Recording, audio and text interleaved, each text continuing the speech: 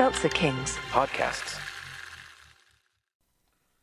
Look, Gavin, the only reason the IRA never got to Thatcher is that silver bullets aren't very aerodynamic.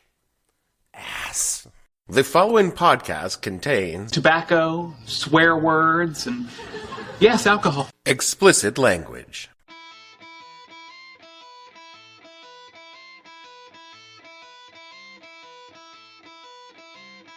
Hello and welcome to the podcast that asks a simple question. When they told you they hate your guts and want to kill you in Dallas, and you went to Dallas anyway, what the hell were you thinking? I'm your host, Dave Bledsoe, and this is episode number 526, going through the Big D edition of the show, where we talk about the real reason that everybody remembers JFK. Stay tuned. What the Hell You Thinking podcast is brought to you by the former Dallas County Administration Building. We want you to know that one little incident does not define us. Sure, we get it. We know we used to be the Texas School Book Depository, but that was a long time ago. Why are you bringing up old stuff? For years, the former Dallas County Administration Building was a vibrant hub of city government, providing essential services to the citizens of Dallas. Its central location allowed the various departments of the city government to function smoothly, carrying out the directives of the various government administrations. It was more than a morbid reminder of one terrible afternoon in 1963. The former Dallas County Administration Building. We would never let our worst moment define us. Of course, now we are a murder museum.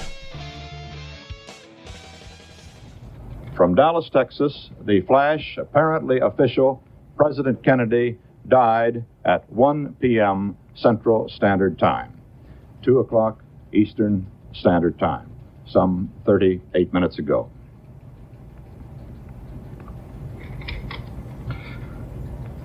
Vice President Lyndon Johnson has left the hospital in Dallas, but we do not know to where he has proceeded.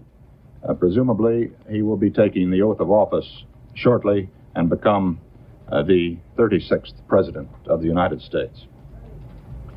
When I was in my teens, I asked my father if he remembered where he was when JFK was assassinated. He stared at me for a long minute, and then he said, I was definitely not in Dallas. Why? What have you heard? I thought it was odd. I'm kidding, of course. He told me that he remembered exactly where he was. He was on a small knoll about 200 yards from Dealey Plaza, looking down on the motorcade route, peering through a rangefinder, calling out distance and windage to his friend. He was telling everybody his dad was a CIA. Yeah, okay, I'm kidding. My dad was 13 years old in 1963 and never traveled more than, I say, 70 miles from the small southeastern Tennessee town where he was born. So I'm fairly confident he had nothing to do with the Kennedy assassinations. Still, people did and still do have their theories about what happened to JFK. I had an uncle who was damn sure that the Mafia killed JFK. Mind you, this uncle's whole understanding of the Mafia consisted of watching the Godfather movies, even Godfather 3, for some reason. I knew a guy in the military who told me, and with total sincerity, that LBJ had JFK whacked so LBJ could become president. He even told me that Jackie was in on it because Jack had cheated on her so much. That seems very unlikely, Mrs. Kennedy. Of course, there were and are those who were positive that aliens did it. Like little green dudes from outer space clipped Kennedy because he was going to reveal their secret treaty with Eisenhower, allowing them to harvest fat people. That's a real thing. Look it up. Admittedly, well, it's not a real thing, but still look it up. Admittedly, this was just one drunk dude at a bar that told me that, but still. Honestly, JFK's assassination used to be this fun thing we could all argue about because no one took it seriously, except, for the Kennedy family. And in the days before the internet, one could smoke several bowls and have a civil discussion about whether it was the Mafia using the CIA or the CIA using the Mafia or the Cubans retaliating for the CIA and the Mafia trying to kill Castro. It was a perfect little conspiracy theory for lighthearted speculation. No one got hurt, if you don't count JFK and Lee Harvey Oswald. Most of all, it kept JFK on the minds of Americans long after he would have become a historical footnote had he lived. So, this episode, let's wrap up our Kennedy series with the day in Dallas, and then we will unpack all of the crazy ideas old and new about what happened, and finally, I will explain why I think maybe there was a conspiracy theory, just not the one most people think. But first... Again with this? No, really, this is relevant because we have to talk about the second player on that day in Dallas. One, Lee Harvey Oswald, who was definitely in the school book depository and almost certainly shot Kennedy and probably killed him. You sure about that? Meh. Who was Lee Harvey Oswald? Well, first and foremost, he was a moron. He was one of those guys who felt the world owed him something. And then not getting whatever it was he thought the world owed him was some sort of intentional injustice on the part of everyone. And most of all, he felt that he was smarter than everyone else. None of these things are true, but the only person who did not know this was Lee Harvey Oswald. Born in New Orleans in 1939 to a respectable middle-class father and a batshit crazy mother, his father died when he was a baby, causing his crazy batshit mother to slide further into crazy batshitness. After her husband's death, his mother committed all three of her children to an orphanage, but only took Lee Harvey out a couple of years later, leaving her older children behind. Throughout his life, Lee Harvey was Mama's special little boy, contributing greatly to his misplaced sense of specialness. As the little family hopscotched around the country, Lee Harvey was enrolled but mostly skipped out of many schools, resulting eventually in a psychological evaluation in the Bronx for chronic truancy, where a doctor described him thusly, according to Wikipedia. Quote, he possesses a vivid fantasy life, turning around the topics of omnipotence and power, through which Oswald tries to compensate for his present shortcomings and frustrations, unquote. He was prone to violent outbursts, committed to various mental health institutions, and generally was a little fuck-up. And as many little fuck-ups do, Lee Harvey enlisted in the military. Just like you did. In Lee Harvey's case, he chose the United States Marine Corps. Several other members of the Oswald family had served in the Marines over the years, and it was a natural choice for young Lee Harvey. He was not, however, a natural fit. He was court-martialed not once, but twice. The second time for shooting himself with an unauthorized pistol. He was insubordinate, lazy, and yet somehow given access to classified material as part of his military specialty. Legendarily, the Marines made Lee Harvey a crack shot. But the reality was he qualified at the highest level of shooters one time. Each time thereafter, he barely qualified.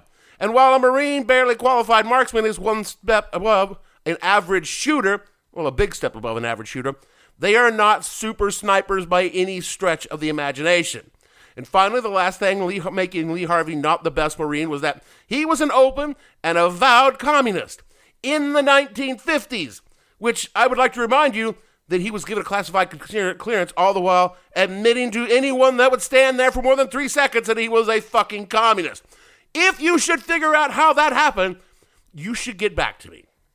In 1959, Lee Harvey defected to the Soviet Union, who did not want him, but were like, Sure, whatever. Turns out, Russia, not a lot of fun.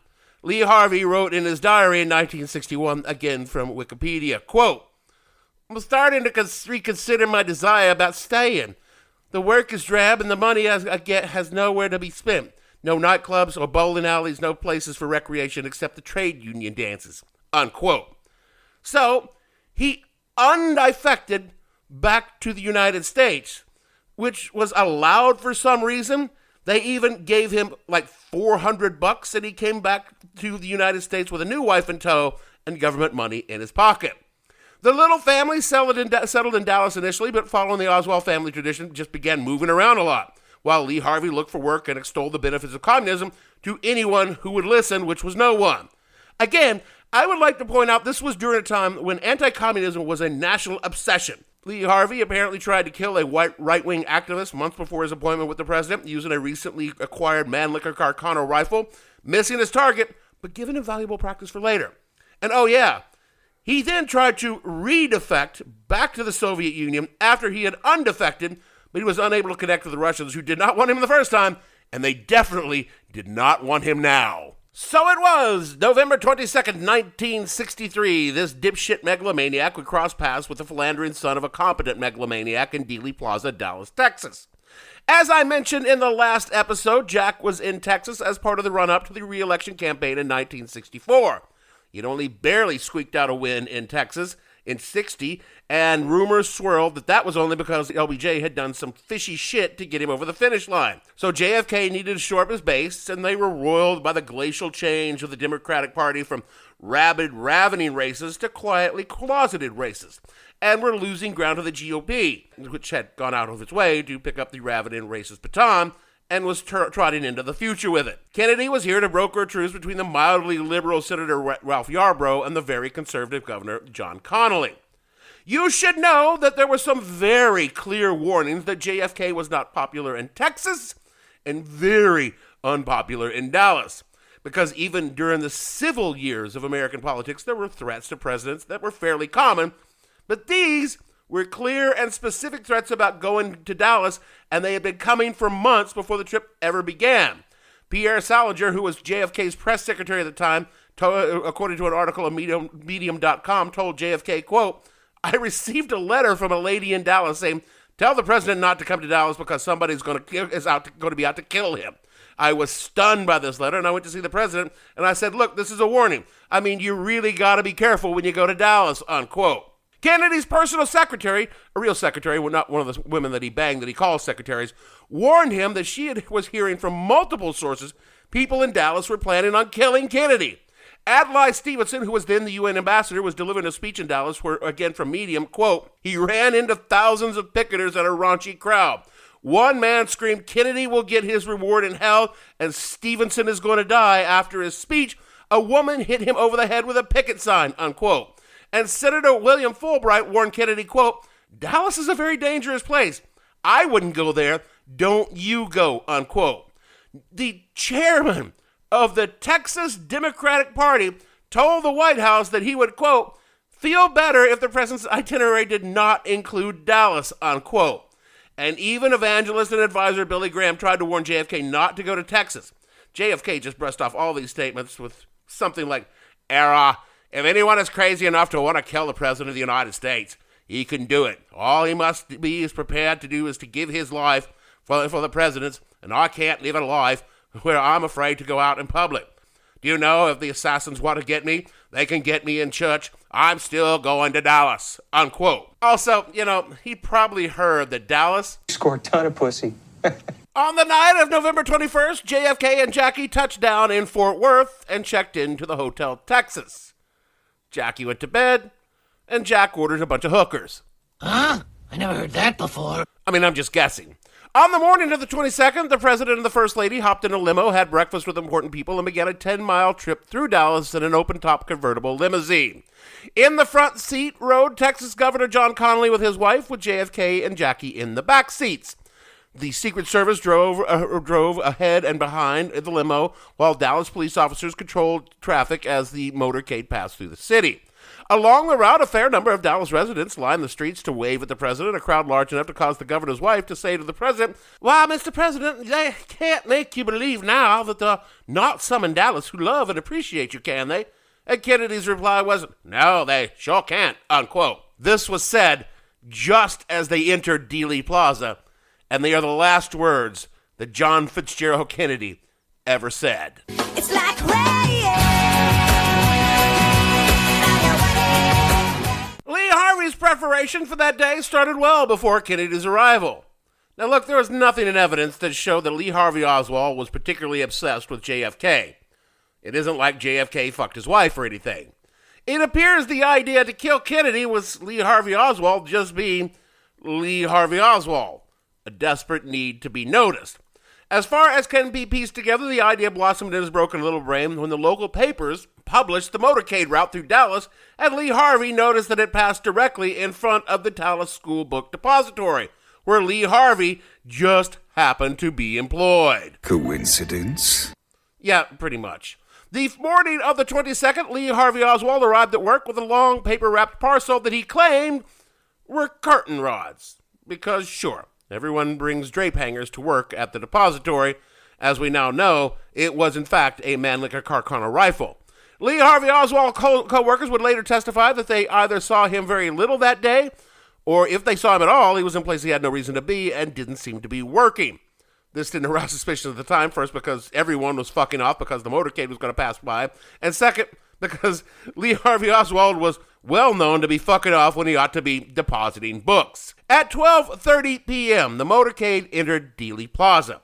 A crowd of several hundred people lined the streets to see the president. Most were along the streets, but several dozen people stood on top of a small grassy hill backed by a concrete wall that looked down on the street. As the motorcycles sped ahead to block the next intersection, a series of shots rang out, and witness consensus put the number at 3, but some say there were 2 and some say there were 4. And most people said that they came from over their heads near the 6th floor of the school book depository.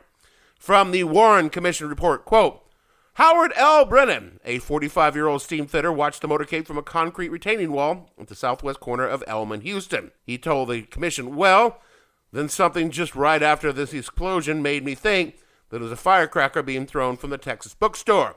And I glanced up, and this man that I saw previous was aiming his last shot.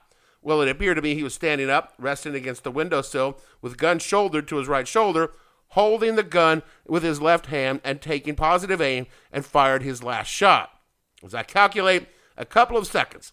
He drew the gun back from the window, as though drawing it back to his side, and maybe paused for another second, as though to assure himself that he had hit his mark, and then he disappeared, unquote. Lee Harvey Oswald was in fact the man Howard Brennan saw, and gave a description to the Dallas Police Department.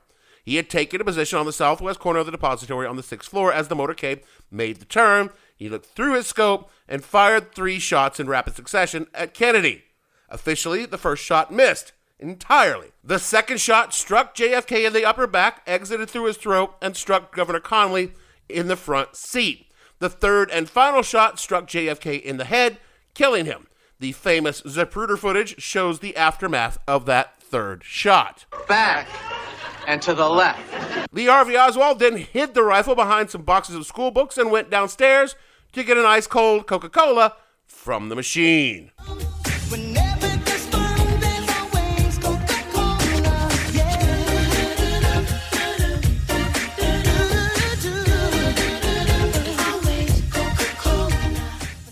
He then slipped out of the building in the growing panic and confusion, got on a city bus for 2 stops until he got stuck in traffic because, someone had just shot the president, and got off the bus.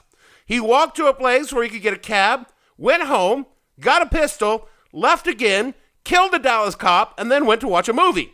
It was a double feature, 1961's War is Hell and 1963's Cry is Battle. And normally I would play the trailers, but honestly, after that Coca-Cola song, I think I'm pushing the limits of bad taste. JFK was rushed to Parkland Memorial Hospital, while a blood and brain-covered Jackie held onto his head in her lap. Though still breathing at the time of arrival, there was nothing doctors could do because... his brain is gone. Oh, like I wasn't going to make that joke. Kennedy was pronounced dead at 1 p.m. Dallas time, and as the news broke over a shocked nation, the Secret Service was urging the new president, Lyndon Baines Johnson, to get the fuck out of Texas. But he refused to leave until Jackie was on the plane, and Jackie refused to get on the plane unless JFK's body was on the plane. This resulted in a heated dispute between Dallas authorities, who had legal jurisdiction to investigate a murder, and the Secret Service, who demanded the president's body, a dispute that nearly broke into a fistfight between them until the Dallas police threw up their hands and told them to take the body. Put a pin in this because we are going to return to it shortly. While Lee Harvey Oswald was snacking on popcorn, the Dallas police had put pieces together: dead president, dead cop, weird guy missing from the place where the president was shot that lives near where the dead cop was, and thought to themselves, This is important. This is a clue. And at 1:36 p.m., the Dallas PD swooped into the theater where a very suspicious acting Lee Harvey Oswald had snuck in without paying, and after a brief struggle where Lee Harvey Oswald drew his pistol and got a beat down from the cops, he was taken into custody, all the while shouting that he didn't do anything wrong. He was just... I'm just a patsy. At 2:38 p.m. on board Air Force One with LBJ Jackie, JFK's body, and a federal judge who administered the oath of office to LBJ, Lyndon Baines Johnson became the 36th president of the United States. The judge got off, the plane flew back to Washington, and the nation was glued to their televisions in hopes of someone telling them what the fuck had happened. Was it the Russians? Was it the Cubans? Were we at war? Lee Harvey Oswald was booked and interrogated without a lawyer, though he repeatedly demanded one. It's fairly certain that the cops took turns beating on him because he had clearly been roughed up, though the injuries were attributed to the struggle in the theater. Lee Harvey Oswald denied having anything to do with shooting the cop or Kennedy, insisting that he was being set up because he was, in fact, a communist. Not sure if that's helping your case there, Lee Harvey. The FBI arrived and took over the interrogation from the Dallas PD. Lee Harvey Oswald gave different explanations of the events of the day over the course of the interrogation, but he was adamant he didn't kill anyone. Eventually, he was charged with the murder of a Dallas cop, locked in a cell, and finally got to speak to lawyers. Lawyers he did not want because he wanted a lawyer from the Communist Party of the United States who, strangely, couldn't be reached by telephone to see if they were interested in representing him. As the news of the day began to come together, including a suspect in custody, Americans began to breathe easier. Yes, it was going to take a while, but eventually they would get answers. This reassuring fact did not reassure a mobbed-up little titty bar owner in Dallas. Jack Ruby, which was the aforementioned titty bar owner, I just wanted to say titty bar one more time, decided to do something. He was going to avenge Kennedy because Jack Ruby was friends with a lot of cops because, titty bar. He was able to suss out when Lee Harvey Oswald would be transferred into federal custody using his law enforcement titty bar connections. Just so many times I say kid titty bar. I'm going to say it again if I can find a way. So Jack was able to slip into the garage of the Dallas Police Department headquarters with the press and wait for Lee Harvey to be brought out. Ruby then stepped up to Oswald and fired a single shot from a pistol into Oswald's gut. The bullet hit an artery and Oswald was dead in minutes. And as Jack Ruby was arrested, one of the detectives growled, "Jack, you son of a bitch," because he knew that the titty bar was going to be closed that night. Oh, and also, Oswald was dead, so now shit was going to get real complicated real fast. Pod friends, if you wanted to make it look like there was conspiracy to hide something, even if there was nothing to hide, pretty much everything that happened between the time that JFK was shot to the time that he was buried is a clusterfuck of epic proportions. I mean, we'll probably go back further than that, but we're running long already. We will start at the hospital, where chaos reigned. Yes, the president was shot and dying, but even after it was clear nothing could be done, he was dead, and no one took control of the scene and began securing evidence. This was the job of the Dallas police, but they were in full headless chicken mode trying to find the shooter. Because no one did this, a key piece of evidence that purports to prove conclusively Lee Harvey Oswald's guilt, Warren Commission Exhibit 399, was found just lying on a stretcher in the emergency room. Was it a stretcher either Kennedy or Connally was carried in on? Probably. Maybe. Who knows? All we know for sure is that a perfectly pristine bullet of the same caliber of the Mannlicher Carcano found on the 6th floor of the school book depository was found on a stretcher by people who worked at the hospital and turned over to police. There are allegations that the Warren Commission Evidence Exhibit 399 isn't even the same bullet found on the stretcher. I'm not touching on how crazy the whole trajectory that hit two men worked, or how a bullet passed through their bodies undamaged in any way. That's a much bigger thing that I don't have time to talk about. Next, there was the fight over JFK's body. Procedurally, legally, the initial investigation is conducted where the crime occurred by the local authorities. This being the President of the United States, the FBI would rapidly take over, but no matter what, the evidence, including the body, stays where the crime happened until it has been properly processed, and that means autopsy. By forcefully removing JFK's body, the autopsy was not done until later that evening at Bethesda Naval Hospital, because apparently the president was a Navy man. Had the autopsy been done in Dallas, where gunshot wounds deaths are a fairly common event, it would not have been such an utter clusterfuck. The Navy doctors who performed it at Bethesda were, to put it mildly, inexperienced. From Hecatoan.org, a journal of medical humanities, quote, "Controversies arose about the autopsy conducted at the Bethesda Naval Hospital. Humes and Boswell, the doctors who performed it, were not board certified in forensic pathology, and in fact had never performed an autopsy. Thank a board certified forensic expert who was brought in to assist them, had these qualifications, but all three pathologists were under time constraints and subject to the concerns of the family. Moreover, the autopsy room was crowded with Secret Service and FBI agents who would have been able to control the autopsy for political purposes," unquote. Put another pin in that. The Bethesda autopsy concluded that JFK had died from a gunshot wound to the head. No shit, Sherlock. But they couldn't find a bullet. They could only find fragments of a bullet that did the damage in any of the wound. The president's brain was removed, placed in a jar of formaldehyde for evidence that would shortly disappear and has never been seen again. There are photos of the autopsy readily available if you want. I looked at them. I didn't linger on them because, ew, yuck. As part of the fight over the Secret Service getting the body, they had to get it to Air Force One. So they got a casket, and they put him in it and took him to the plane. A casket that was later officially and inexplicably dumped at sea after it was used to get the president to Bethesda. This happened in 1966. Why? Just for sanitary reasons. It was drilled, filled with sandbags, and dumped from the back of a military cargo plane into the ocean at an undisclosed location. All perfectly innocent and normal things that perfectly innocent and normal people do. Jack Ruby, you remember the titty bar guy? Well, he claimed vigorously he shot Oswald out of rage and totally on his own initiative. Jack Ruby, whose story is a whole episode on his own. Jack Ruby, who wasn't in the mob but knew a lot of mobsters. Jack Ruby, who was definitely crazy, definitely violent, and maybe gay. Jack Ruby, who told investigators on the Warren Commissions that he wanted to tell the truth about what happened, but he was afraid right-wing agitators would kill him. This guy murders on live television, the only person who could provide answers to why he did what he did. He got convicted, had his conviction overturned on a technicality, and dies of cancer before he could be retried. Some claim that Jack Ruby knew he had cancer when he killed Lee Harvey Oswald, but no evidence for this actually exists. But it didn't stop people from saying it. With all of the actual true things, it is any wonder that conspiracy theories started minutes after they put JFK in the ground.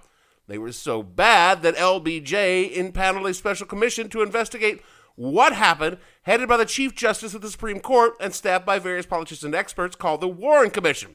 And after months of investigation and testimony, the commission concluded that Lee Harvey Oswald had acted alone. Naturally, no one believed them. Let me list just some of the more, I don't want to use the word plausible because they aren't, but I will say popular conspiracy theories, starting with the CIA. Hey, aren't you supposed to be on our side?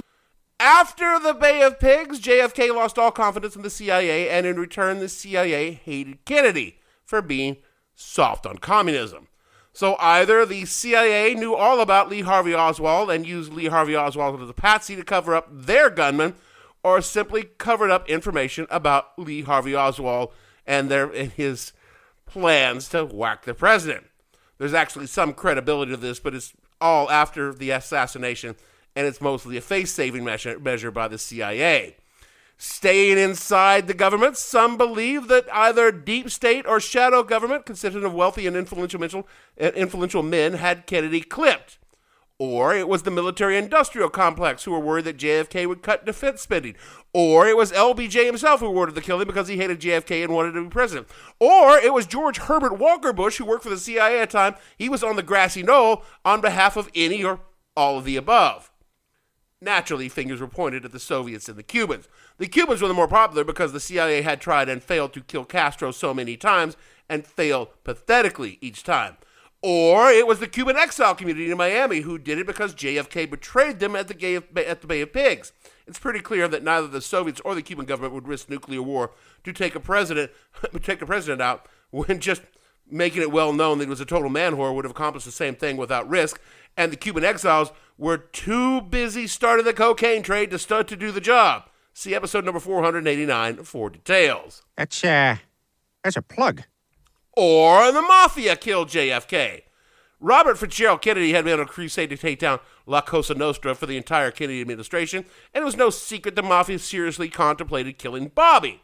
They felt betrayed by the brothers since they had done so much work in Chicago to get Jack elected in the first place. Allegedly. The problem with this was these fucking guys couldn't even kill Castro, who had way less security than the President of the United States, so the idea that they could pull this off is frankly fucking laughable. Other theories put the blame on Israel, the Federal Reserve, JFK faking his own death. Hell, even the aliens come in for their turn. There are even sub-theories within the bigger theories vying for the attention span of the conspiratorially inclined. Hell, I mean, we might have put JFK's brain in a monkey. You laugh, I put nothing past those people. I'm sure somewhere in the basement of CIA headquarters or some sealed-off room. Hey, as soon as I finish eating these berries, maybe I'll go swing on that tire. Ask not what your country can do for you.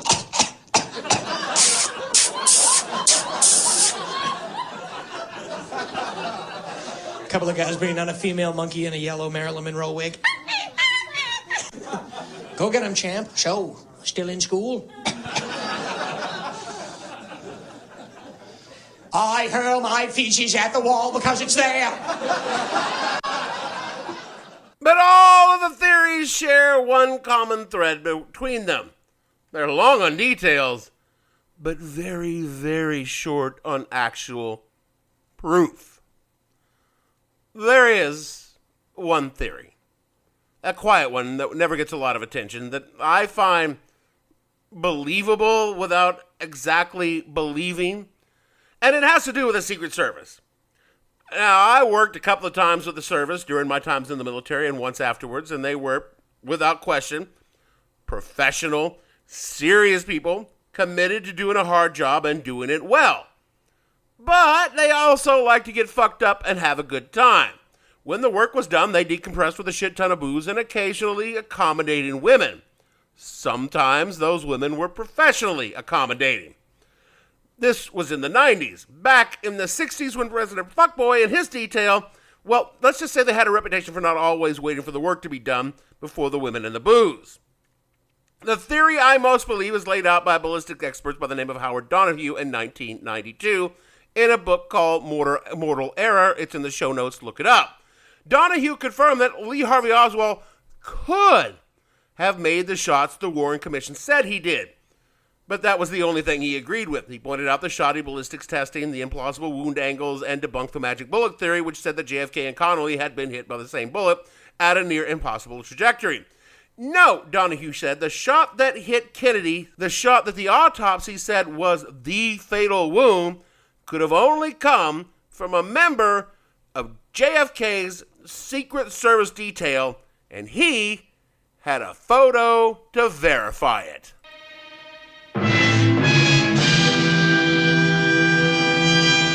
The story goes like this. On the night before Dallas, the detail had a blowout party. Booze, hookers, and general good times. They had such a good time that in the morning, many of the detail were still shit-faced. Because this was expected, a junior member of the detail, who had been kept sober for this very reason, was assigned to carry the automatic rifle in the motorcade. The rifle was a new addition to the Secret Service arsenal because it was a brand new rifle in general, and it was the M16. The agent assigned to carry the weapon was qualified, but extremely inexperienced with the gun. When the shooting started, the agent grabbed the M16, jacked around, making it ready to fire, put it on fire, and stood up to look for the shooter. Just as he did this, the limo that he was in behind the president lurched into a high speed, causing the agent to slam back into the seat and accidentally discharge the weapon. The photo Donahue mentioned does show the agent with the M16 standing up just before the motorcade sped off. The round from the M16 matched the trajectory extrapolated from the autopsy information and photos, and the wounds to JFK's head are consistent with the kind of wound a round from an M16 would make compared to the rifle Oswald used. The book clearly states that it was an accident. The agent was not an assassin, but a good man who suffered a tragic accident. And it was because of all the weird shit that went down with JFK's body, the fight with the Dallas medical examiner, and the autopsy in Bethesda with regular doctors and not forensics experts, that makes this believable. No one, starting with the Secret Service all the way up through LBJ, wanted the public to know that a Secret Service agent fired the shot. particularly in light of the certainty that JFK was going to die from the shot that we know Oswald fired that tore out his throat. And even if he had lived, he would likely have been a potted plant, kind of like his dad was at the time that this happened. So, better to cover it up, put it all on Oswald, because, hey, what could possibly go wrong? I mean, aside from decades of conspiracy theories that undermine the people's trust in their governments that, honest to fucking God, still persist to this very fucking day, largely because of the bullshit that happened in Dallas in 1963. Whatever your thing, it could be anything. Canva helps you make that thing a thing. Canva is a simple online tool thing. It's a way to design with our magic AI tool things. You can social media your thing, generate images or videos of your thing, make decks for presentations to show your thing. Whatever needs to be done for your thing, Canva can make it an even better and bigger thing. Canva, the thing that makes anything a thing. Zootopia 2 has come home to Disney+. Let's go! Get ready for a new case. We're gonna crack this case and prove we're the greatest partners of all time! New friends. You are... Gary the Snake. And your last name? The Snake. Dream Team. New habitats. Zootopia has a secret reptile population. You can watch the record-breaking phenomenon at home. You're clearly working at Zootopia 2, now available on Disney Plus, rated PG. That is it for the show this week. As I've said all through the series, the reason why JFK resonates so deeply in American society is because he was assassinated. His accomplishments in office, while laudable, were not historically impressive. The Great Society, which advanced civil rights, shored up protections for poor and working-class Americans for decades, right up until the time the current Supreme Court dragged them out to a rock quarry and shot them like they were Christy Gnomes with a new puppy. The Great Society was germinated during JFK's administration, but it was his death that gave the Democrats the political clout to push them through, despite the raging racism endemic in the party and the nation. Indeed, JFK answered what he could do for his country by getting shot in Dallas. I'm not sure that's what JFK had in mind, and damn sure he would have preferred a different outcome. But aside from Washington, the presidents that we deem the best are the ones that share one thing. They die in office. Lincoln, FDR, JFK, the first two had far more achievements than Jack and his wandering dick. I'm not saying Kennedy was a bad president. All I'm saying is he did more as a martyr than he could have accomplished as a politician. Anyway, whatever. That's the series. Didn't intend to do 3 episodes, but we did it. So rate and review us wherever you get your podcast. That helps others find us and then makes them feel like a martyr for your questionable podcast taste.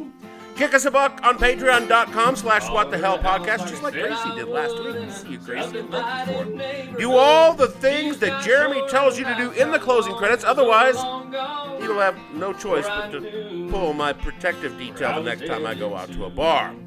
And so for me, Dave, I'm going through the big D, and I don't mean Dallas Bledsoe, producer. I'm not familiar with these references. Gavin!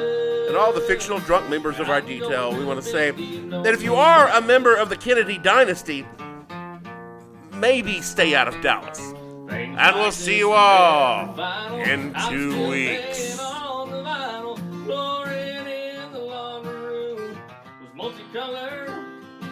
Waterproof. It's a little bit tough to face my friends, the ones that said that I jumped in the river of love a little too soon. That was August. What the Hell Were You Thinking stars Dave Bledsoe and features Gavin St. James and several fictional minions. The show is produced by Kimberly Steele and a part of the Seltzer Kings podcast network. You can find more information on the show on their website, whatthehellpodcast.com, or on Facebook as What the Hell Podcast. Thanks for listening. I have no ending for this, so I take a small bow. You were on acid, Manson! Seltzer Kings Podcasts.